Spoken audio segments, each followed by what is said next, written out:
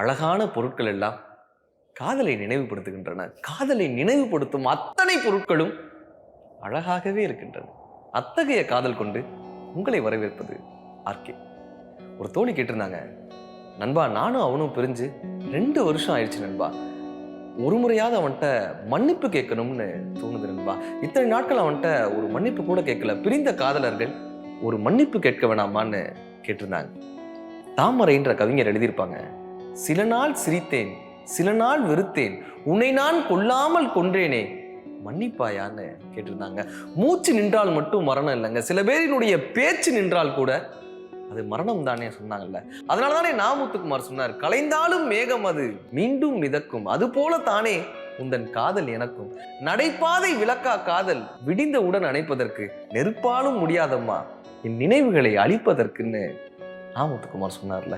GR. Surendranath ஒரு கதையில சொல்லுவாரு, அவர் ஒரு 74 வயது இளைஞர் 2 ஹார்ட் அட்டாக்கை சந்திச்சு வாழ்க்கையினுடைய கடைசி தருணங்கள்ல இருக்கிறவர். அவர் தன்னுடைய நண்பனை கூப்பிட்டு சொல்றாரு, நண்பா ஒரே ஒரு முறை நம்முடைய கிராமத்துக்கு போயிட்டு வருவோமான்னு கேட்கிறாரு.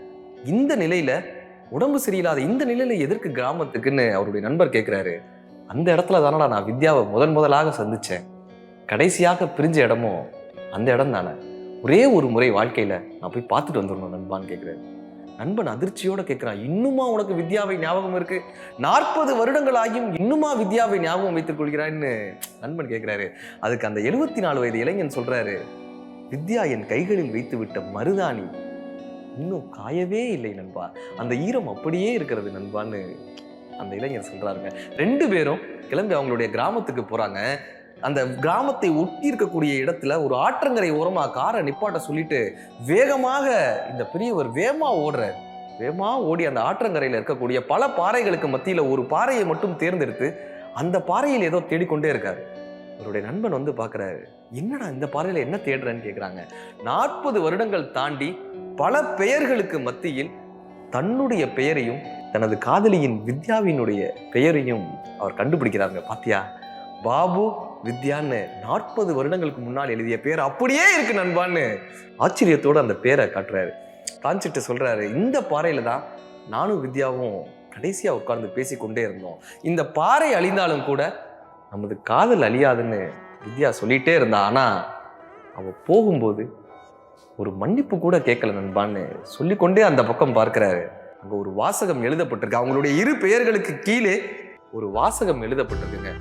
சமூகத்தினுடைய சாதியையும் மதத்தையும் பெற்றோரையும் தாண்டி என்னை என்னால் கரம் பிடிக்கவில்லை முடியவில்லை பாபு, என்னை மன்னித்து விடு அப்படின்னு ஒரு வாசகம் அங்க எழுதப்பட்டிருக்குங்க. நண்பா அவ மன்னிப்பு கேட்டிருக்கா நண்பா, நான் தான் இத்தனை வருடமாய் அதை பார்க்காமல் இருந்திருக்கிறேன்னு அவர் துள்ளி கொதிக்கிறாருங்க. ஒரு இளைஞன் போல துள்ளி கொதித்து பக்கத்தில் இருந்த ஒரு கல்லை எடுத்து அந்த வாசகத்துக்கு கீழே எழுதுறாரு, நீ எப்பொழுது மன்னிப்பு கேட்டாயோ அடுத்த நொடியே நீ மன்னிக்கப்பட்டாய்ன்னு ஒரு வாசகத்தை அங்க எழுதி வைக்கிறாருங்க.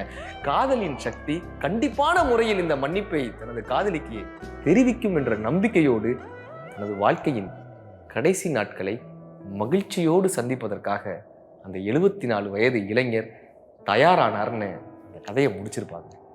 மன்னிப்பு கேட்பதும் கொடுப்பதும் காதலை இன்னும் அர்த்தமுள்ளதாக மாற்றுகிறது. காதலின் இயல்பே காத்திருப்பு தான். காத்திருங்கள், இன்னும் காதலிப்போம்.